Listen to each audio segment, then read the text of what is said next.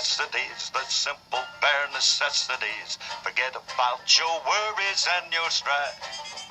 I mean the bare necessities are Mother Nature's recipes that bring the bare necessities of life.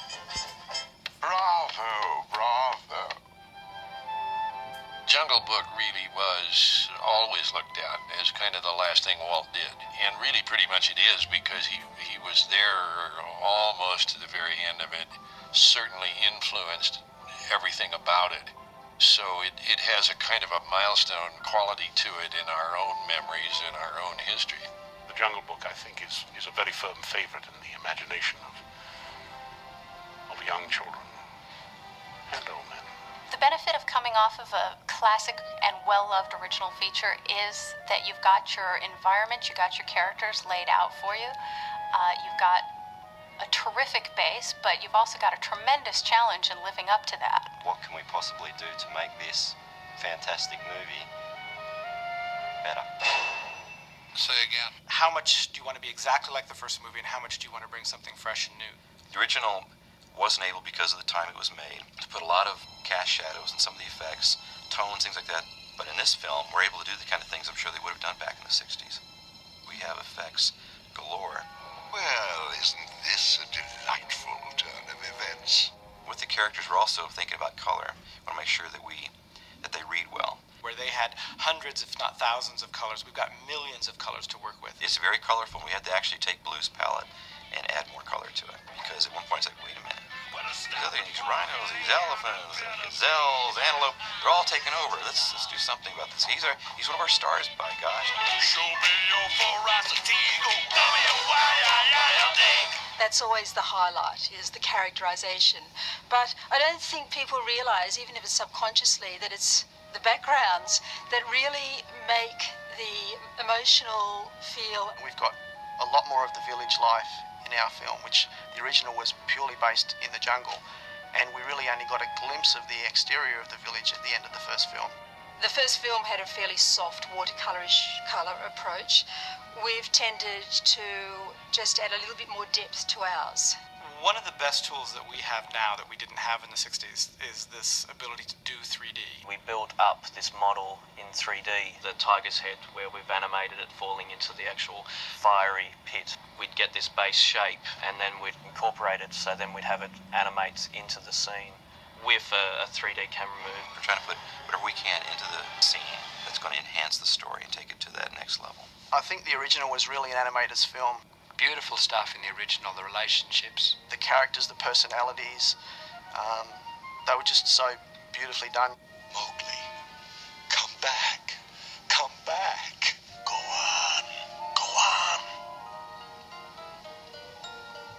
The original film was made, animated at least, by the original 9 old men who we all idolise.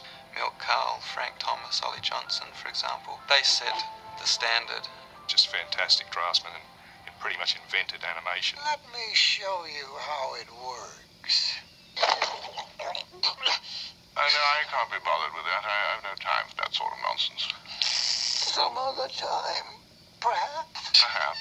The character actors that played those parts were just great, I think, inspirations for the animators back then, and we were fortunate enough to have all the animation from the original film to be our influence. And we really tried to incorporate and capture the personalities and the relationships and the characters from the original film into Jungle Book 2. And me, I got my old singing partner back. It's always a challenge to hire the actor and to try to figure out who's going to be the perfect voice for Baloo. And, Phil Harris did it so incredibly well that we thought, let's not try to sort of recreate Phil's voice, but let's try to find an actor who sort of embodies the spirit of Baloo, who's this just amazing big bear. And who better than, John Goodman? I'm really pleased that I could not take over for Phil Harris, but just kind of, you can't really fill those shoes, or paws, or whatever they're called. But it just kind of share that same energy that he had with the character. Just really fun, easygoing. It's kind of an honor. Baloo's character, he comes across as fairly single-level kind of character. He's a bit of a jungle bum. He walks around, dancing around. Throughout this movie, we do cut through some of the onion layers too, some of his other personality traits. We see a lot of hurt, probably a lot more hurt than we saw in the original film. He's also can be quite heroic in a understated way. But generally, he's a pretty happy-go-lucky guy. Bear. Yeah, I relate to Baloo too much. We're both overweight. We both like music, and we both don't sing so hot. I said, take it away! I don't know, Baloo. Seems like something's missing. Mowgli is played by Haley Joel Osment, a startlingly talented kid. When we were in the recording sessions, he gave us so many great takes it was hard to decide which one to choose. Then hit it, Papa Bear. Well, the research for the Mowgli character was essentially done for us in the original film, so it was really up to us to animate as closely as we could to the original. He's got a little bit of an animalistic kind of movement about him. He can slink around and be a little bit ferocious when he needs to be. He isn't really so civilized as I guess people his age should act. Stupid man cub. Man cub. Oh, the man cub, yes, of course. Well, if I knew anything, which I didn't, but if I did, I would tell you, but I don't, so I won't. And Jim Cummins. I mean, in our studio, we love Jim Cummins. He does everything.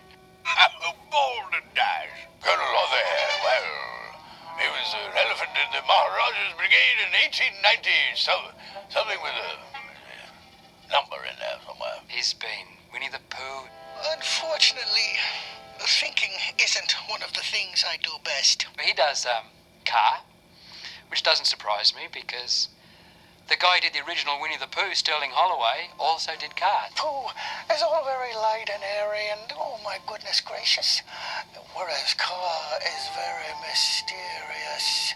And he is a snake, you know. So it's kind of like versus.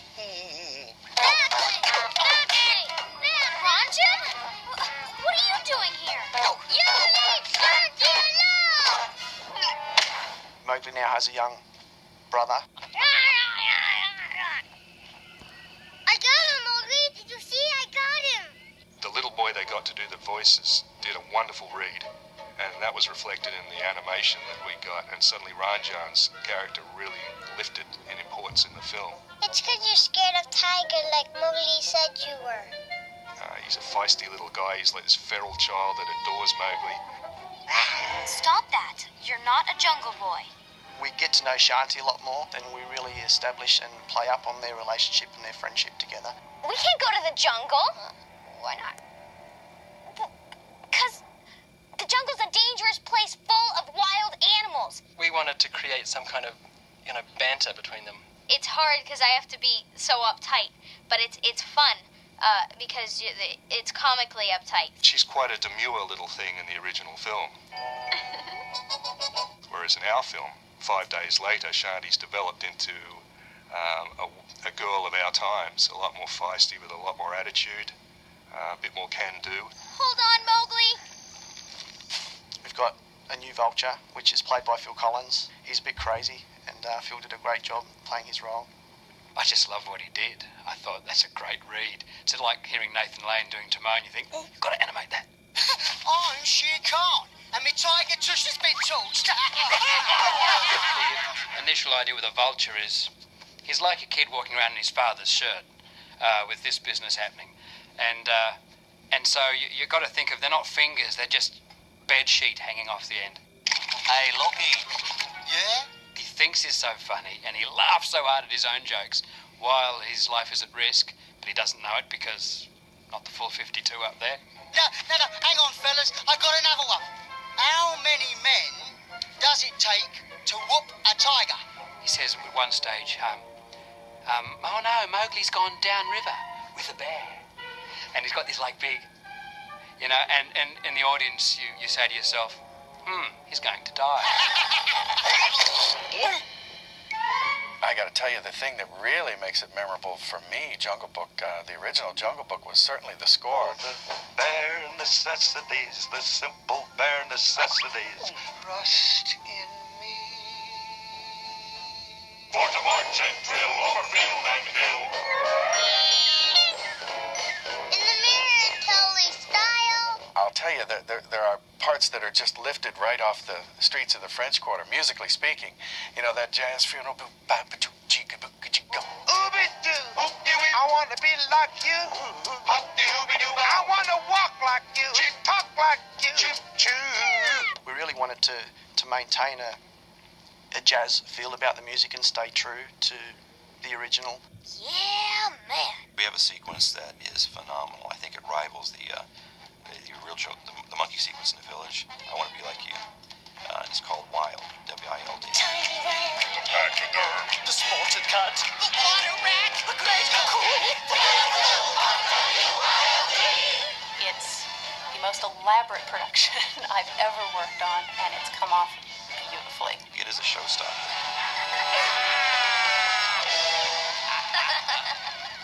We've got Jungle Rhythm, which is a song for Mowgli and his new friends in the village. The songs in Jungle Book 2, they're very catchy, and they're fun songs. There's a lot of dancing to the jungle rhythm. We need you to get crazy. We're going to be one big zoo. Eat, eat, eat, chicka chicka boom. Eat, eat, chicka boom. Good.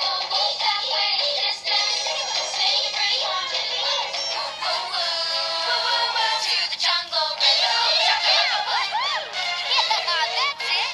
And with Haley Joel Osment doing Mowgli, I believe that's his voice singing. See? Can't do without rhythm. And when it fills the air, animals everywhere join in. Give me that.